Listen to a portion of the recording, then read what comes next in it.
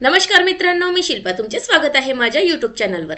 तर आज मी तुमच्यासाठी घेऊन आलेली आहे आवळ्याचा ठेचा। साधा मिरचीचा ठेचा तर आपण नेहमीच खातो, आता आवळ्याचं सीजन आहे तर मस्त झणझणीत आपण आवळ्याचा ठेचा बनवून तयार करूया।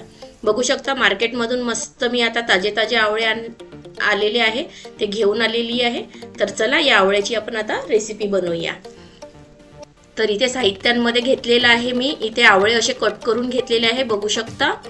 आणि दोन प्रकारच्या मिरच्या घेतलेल्या आहे, ही थोडी फिक्की मिरची आहे खायला कमी तिखट आणि ही थोडी जास्त तिखट आहे।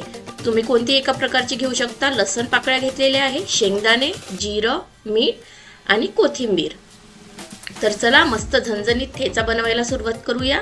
सर्वात आधी आपल्याला पॅन मध्ये तेल घालून घ्यायचं आहे आणि यामध्ये आपण शेंगदाणे भाजून घेऊ। अगदी हलके भाजून घ्यायचे आपल्याला, मस्त मंद आचेवर हे शेंगदाणे भाजून घ्यायचे आहे कमी तेलामध्येच। बघू शकता या रंगावर आले की आपण काढून घेऊ शेंगदाणे, खूप नाही जाळायचे आपल्याला, ते सर्व त्याचा फ्लेवर चालला जातो। त्याच प्रकारे आता आपण इथे मिरच्या सुद्धा भाजून घेऊ। बघू शकता असे तुकडे करून टाकायचे म्हणजे मग बारीक करताना सोपं जाते आणि भाजायला सुद्धा। दोन्ही मिरच्या अशा छान तुकड्यांमध्ये मी करून घेतलेल्या आहे आणि व्यवस्थित याला भाजून घ्यायचं आहे। अगदी थोडं तेल घालायचं आहे, हलके हलके चट्टे येऊ द्यायचे आपल्याला ह्या मिरच्यांवर। बघू शकता व्यवस्थित आता इथे मिरच्या सुद्धा भाजून झालेल्या आहे, त्या सुद्धा आपण काढून घेऊ।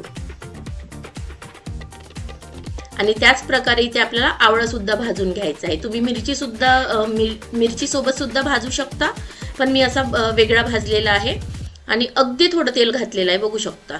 आणि व्यवस्थित याला इथे भाजून घ्यायचं आहे सॉफ्ट व्हायसाठी। एकच मिनिट मी इथे असं झाकण ठेवून याला एक वाफ येऊ देणार आहे। बघू शकता एका मिनिटात व्यवस्थित आपल्याला पाहिजे तसा हा आवळा सॉफ्ट झालेला आहे। चला हा सुद्धा आपण थंड करून घेऊ आणि बाजूला काढून घेऊ। हे सर्व साहित्य भाजून झालेलं आहे। थंड झालं की मिक्सरच्या पॉट मध्ये आपण याला काढून घेऊ आणि सर्व साहित्य यामध्ये घालून घेऊ। शेंगदाणे घालून घेतलेले आहे भाजलेले, जिरं घातलेलं आहे आणि कोथिंबीर घालायची, खूप छान टेस्ट येते। आणि मीठ चवीनुसार मीठ घालायचं आहे। थोडी तुम्ही वाटल्यास साखर सुद्धा घालू शकता, मी नाही घातलेली आहे। आणि मिक्सरला छान याला वाटून घ्यायचं आहे, तुम्ही खलबत्त्यात सुद्धा वाटू शकता पण मी मिक्सरला वाटलेला आहे। बघू शकता मस्त पैकी आता इथे आपला ठेचा वाटून तयार झालेला आहे। आता मी या बाउल मध्ये काढून याला वरून तडका देत आहे। तुम्हाला वाटल्यास तुम्ही छान याला तेल घालून कढईमध्ये सुद्धा छान फ्राय करून घेऊ शकता। बघू शकता एका पॅन मध्ये इथे तेल गरम करून घेतलेला आहे आणि मस्त या ठेच्यावर मी घालून घेतलेला आहे। हा ताजाच खायचा आहे मला, म्हणून मी असा तडका दिलेला आहे याला।